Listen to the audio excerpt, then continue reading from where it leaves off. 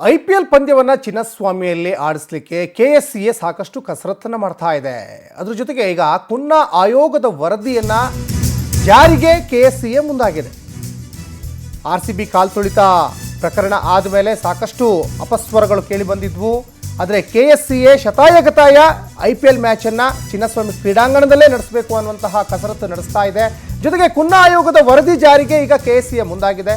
ಭದ್ರತಾ ಲೋಪ ಸರಿಪಡಿಸುವಂತೆ ಶಿಫಾರಸನ್ನ ನ್ಯಾಯಮೂರ್ತಿ ಕುನ್ನಾ ಆಯೋಗ ಮಾಡಿತ್ತು. ಈಗ ಭದ್ರತಾ ಲೋಪ 1 ತಿಂಗಳೊಳಗೆ ಸರಿ ಮಾಡಲಿಕ್ಕೆ ತಯಾರಿ ನಡೀತಾ ಇದೆ. ಪ್ರವೇಶ ನಿರ್ಗಮನ ದ್ವಾರ ವಿಸ್ತರಣೆ ಮಾಡುವ ಕೆಲಸ ಕೂಡ ಆರಂಭ ಆಗಿದೆ.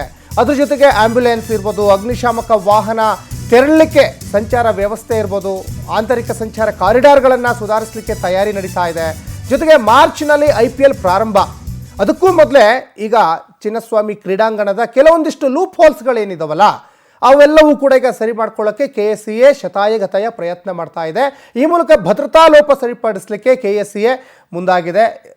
ಗೊತ್ತಿದೆ ನಿಮಗೆಲ್ಲ, 11 ಜನ ಬಲಿಯಾಗಿದ್ದರು ಕಾಲ್ತುಳಿತ ಪ್ರಕರಣಕ್ಕೆ. ಕೆಲವೊಂದಿಷ್ಟು ಅವ್ಯವಸ್ಥೆಗಳು ಚಿನ್ನಸ್ವಾಮಿ ಕ್ರೀಡಾಂಗಣದಲ್ಲಿ ಅವ್ಯವಸ್ಥೆಗಳು, ಯಾಕಂದರೆ ದ್ವಾರಗಳು ಕಿರಿದಾಗಿದ್ವು, ಜೊತೆಗೆ ಅಲ್ಲಿ ಸರಿಯಾದಂತಹ ವ್ಯವಸ್ಥೆ ಇರಲಿಲ್ಲ. ಒಮ್ಮಿಂದೊಮ್ಮೆಲೆ ಜನ ನೂಕಾಟ ತಳ್ಳಾಟ ಶುರುವಾಯಿತು. 11 ಜನ ಅಮಾಯಕರು ಅಲ್ಲಿ ಬಲಿಯಾಗಿದ್ದರು. ಆ ನಿಟ್ಟಿನಲ್ಲಿ ಐಪಿಎಲ್ ಮ್ಯಾಚು ಚಿನ್ನಸ್ವಾಮಿ ಕ್ರೀಡಾಂಗಣದಲ್ಲಿ ನಡೆಸಬಾರ್ದು ಅನ್ನುವಂತಹ ಮಾತುಗಳು ದೊಡ್ಡ ಮಟ್ಟದಲ್ಲಿ ಕೇಳಿ ಬರ್ತಾ ಇತ್ತು.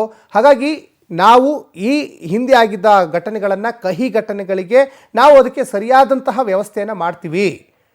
ಅಲ್ಲಿ ಸರಿಯಾದಂತಹ ವ್ಯವಸ್ಥೆ ಅಂದರೆ ಯಾವ ಥರ ಅಂದರೆ ಆಗಮನ ನಿರ್ಗಮನ ದ್ವಾರ ವಿಸ್ತರಣೆ ಮಾಡೋದಿರ್ಬೋದು, ಅಥವಾ ಆ್ಯಂಬುಲೆನ್ಸ್ ಸಂಚಾರ ಮಾಡಲಿಕ್ಕೆ ಸರಿಯಾದ ಸಮಯಕ್ಕೆ ಆ್ಯಂಬುಲೆನ್ಸ್ ಸಂಚಾರ ಮಾಡಲಿಕ್ಕೆ ವ್ಯವಸ್ಥೆ ಮಾಡೋದಿರ್ಬೋದು, ಆಂತರಿಕ ಸಂಚಾರ ಕಾರಿಡಾರ್ಗಳನ್ನು ಸರಿಪಡಿಸೋದಿರ್ಬೋದು, ಹೀಗೆ ಎಲ್ಲ ರೀತಿಯಾದಂತಹ ಏನೇನು ಲೂಪ್ ಹೋಲ್ಸ್ಗಳಿದಾವಲ್ಲ ಅವೆಲ್ಲವನ್ನೂ ಕೂಡ ನಾವು ಸರಿ ಮಾಡಿಕೊಂಡು ಇದೇ ಚಿನ್ನಸ್ವಾಮಿ ಕ್ರೀಡಾಂಗಣದಲ್ಲೇ ನಾವು ಐಪಿಎಲ್ ಮ್ಯಾಚನ್ನು ಆಡಲೇಬೇಕು ಅನ್ನುವಂತಹ ಪ್ಲ್ಯಾನನ್ನು ಈಗ ಕೆಎಸ್ಸಿಎ ಮಾಡಿದೆ. ಈ ಬಗ್ಗೆ ಹೆಚ್ಚಿನ ಡೀಟೇಲ್ಸನ್ನು ನಮ್ಮ ಪ್ರತಿನಿಧಿ ರೂಪೇಶ್ ಕೊಡ್ತಾ ಹೋಗ್ತಾರೆ. ರೂಪೇಶ, ಆರ್ಸಿಬಿ ವಿಜಯೋತ್ಸವದ ಸಂದರ್ಭದಲ್ಲಿ 11 ಜನ ಕಾಲ್ತುಳಿತದಲ್ಲಿ ಬಲಿಯಾದ್ರ ನಂತರ ಈಗ ಚಿನ್ನಸ್ವಾಮಿಯಲ್ಲಿ ಯಾವುದೇ ರೀತಿಯಾದಂತಹ ಐಪಿಎಲ್ ಮ್ಯಾಚ್ ಆಡಬಾರ್ದು ಅನ್ನುವಂತಹ ಮಾತುಗಳು ಕೇಳಿ ಬರ್ತಾ ಇದ್ದಾವೆ. ಇದಕ್ಕೆ ಮಿಶ್ರ ಪ್ರತಿಕ್ರಿಯೆ ಕೂಡ ವ್ಯಕ್ತವಾಗ್ತಾ ಇದೆ. ಈ ನಿಟ್ಟಿನಲ್ಲಿ ಕೆಎಸ್ಸಿಎ ಸಾಕಷ್ಟು ಕಸರತ್ತು ಮಾಡ್ತಾ ಇದೆ ಚಿನ್ನಸ್ವಾಮಿ ಕ್ರೀಡಾಂಗಣದಲ್ಲೇ ಐಪಿಎಲ್ ಮ್ಯಾಚ್ ಮಾಡಲಿಕ್ಕೆ ಅಂತ. ಏನೇನು ಕಸರತ್ತು ನಡೆಸ್ತಾ ಇದೆ ಅಂತ? ಈಗ ಐಪಿಎಲ್ ಪಂದ್ಯಾವಳಿ ಮಾರ್ಚ್ 26ರಿಂದ ಶುರುವಾಗುತ್ತೆ. ಹೀಗಾಗಿ ಐಪಿಎಲ್ ಪಂದ್ಯಾವಳಿ ಚಿನ್ನಸ್ವಾಮಿ ಮೈದಾನದಲ್ಲಿ ಆಗಬೇಕು. ಈ ಪ್ರಯತ್ನವನ್ನ ಕೆಎಸ್ಸಿಎ ಮಾಡ್ತಾ ಇದೆ. ಕೆಎಸ್ಸಿಎ ಪಂದ್ಯ ನಡೆಸಬೇಕಾದ್ರೆ ಒಂದಿಷ್ಟು ಸರ್ಕಾರ ಸಲಹೆಗಳನ್ನು ಕೊಟ್ಟಿತ್ತು. ಕುನ್ನಾ ಆಯೋಗದಲ್ಲಿ ಯಾವುದೆಲ್ಲ ದೀರ್ಘಕಾಲಿಕ ಬಿಡಿ, ಒಂದು 10 ವರ್ಷ 20 ವರ್ಷ ಬಿಟ್ಟು ಮಾಡುವಂತದ್ದು ಸಲಹೆಗಳಲ್ಲ, ಸದ್ಯಕ್ಕೆ ತಕ್ಷಣ ಏನೇನು ಆಗಬೇಕು ಅದನ್ನ ಸರಿ ಮಾಡ್ಕೊಳ್ಳಿ ಅಂತ ಹೇಳಿತ್ತು. ಹೀಗಾಗಿ ಅದನ್ನ ಸರಿ ಮಾಡ್ಕೊಳ್ಳಿಕ್ಕೆ ಕೆಎಸ್ಸಿಎ ಮುಂದಾಗಿದೆ. ಕರ್ನಾಟಕ ರಾಜ್ಯ ಕ್ರಿಕೆಟ್ ಸಂಸ್ಥೆ ಈ ಒಂದು ಬದಲಾವಣೆಗಳನ್ನು ಮಾಡಿಕೊಂಡು ಅದಾದ ಬಳಿಕ ಅನುಮತಿಯನ್ನು ಪಡ್ಕೊಳ್ಬೇಕು ಅಂತ ಹೊರಟಿದೆ. ನಾವು ಒಂದು ಅಂಶವನ್ನು ಗಮನಿಸಬೇಕು. ವಿಜಯ್ ಹಜಾರೆ ಟ್ರೋಫಿ ಆಗುವಾಗ ಪೊಲೀಸ್ ಪರ್ಮಿಷನ್ಗೋಸ್ಕರವಾಗಿ ಚಿನ್ನಸ್ವಾಮಿ ಕೆಎಸ್ಸಿಎ ಕಡೆಯಿಂದ ಒಂದು ಮನವಿಯನ್ನು ಕೊಟ್ಟಾಗ ಅಲ್ಲಿ ಒಂದು ಸಮಿತಿ ಮಾಡಲಾಗಿತ್ತು. ಆ ಸಮಿತಿ ಹೇಳಿದಾಗ ಏನ್ ಹೇಳಿತ್ತು ಅಂತ ಹೇಳಿದ್ರೆ, ಇಲ್ಲಿ ಭದ್ರತೆಗೋಸ್ಕರವಾಗಿ ಮಾಡ್ಲಿಕ್ಕೆ ಸಾಧ್ಯ ಆಗೋದಿಲ್ಲ ಅಂತ ಹೇಳಿತ್ತು. ಹೀಗಾಗಿ ಆ ಭದ್ರತೆ ಲೋಪಗಳೆಲ್ಲವನ್ನೂ ಕೂಡ ಸರಿ ಮಾಡ್ಕೊಳ್ಬೇಕಾಗತ್ತೆ.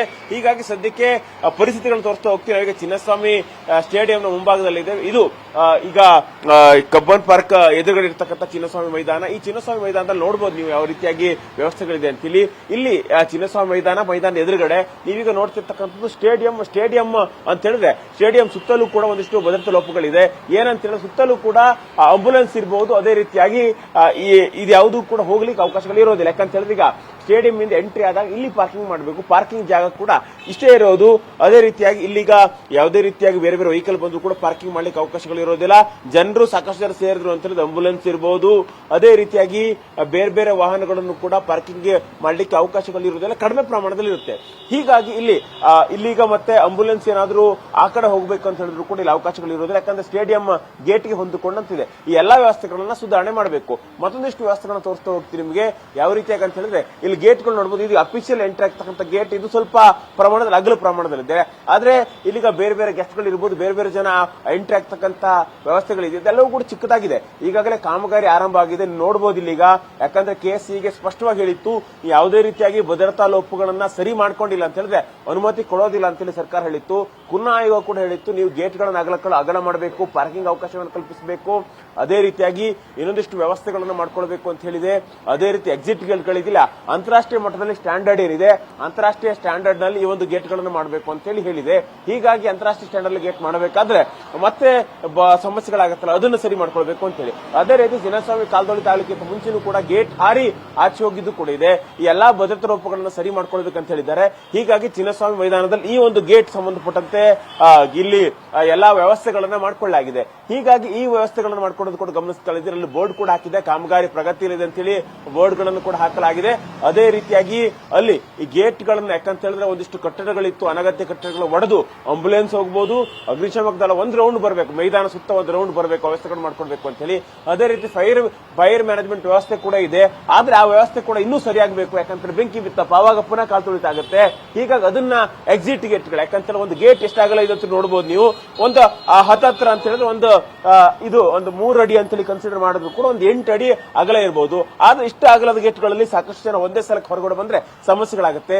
ಹೀಗಾಗಿ ಈ ಗೇಟ್ಗಳನ್ನು ಕೂಡ ಅಗಲ ಮಾಡಬೇಕು ಅಂತ ಶಿಫಾರಸುಗಳನ್ನು ಮಾಡಿಕೊಟ್ಟಲಾಗಿದ್ದು, ಈ ಗೇಟ್ ಇಲ್ಲಿ ಬದಲಾವಣೆ ಮಾಡಬೇಕು ಅಂತ ಕೂಡ ಚಿಂತನೆಗಳನ್ನು ಮಾಡಲಾಗ್ತಾ ಇದೆ. ಇನ್ನೊಂದು ಗೇಟ್ ಅಂತ ತೋರಿಸ್ತೀವಿ.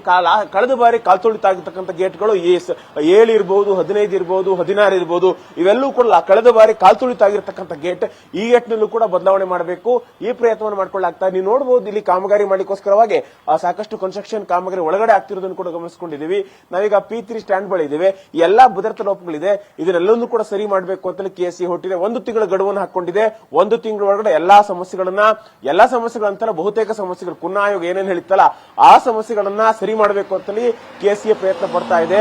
KSE ಪ್ರಯತ್ನ ಪಟ್ಟು ಅದಾದ ಬಳಿಕ ಎಲ್ಲಾ ಸಮಸ್ಯೆಗಳನ್ನ ಸರಿ ಮಾಡಿಬಿಟ್ಟು ಅದಾದ ನಂತರ ಮತ್ತೆ ಪುನಃ ಸರ್ಕಾರಕ್ಕೆ ಅನುಮತಿಗೋಸ್ಕರವಾಗಿ ಮನವಿಯನ್ನು ಸಲ್ಲಿಸಲಿಕ್ಕೆ KSE ಸಿದ್ಧತೆಗಳನ್ನು ಮಾಡಿಕೊಳ್ಳಲಾಗಿದೆ.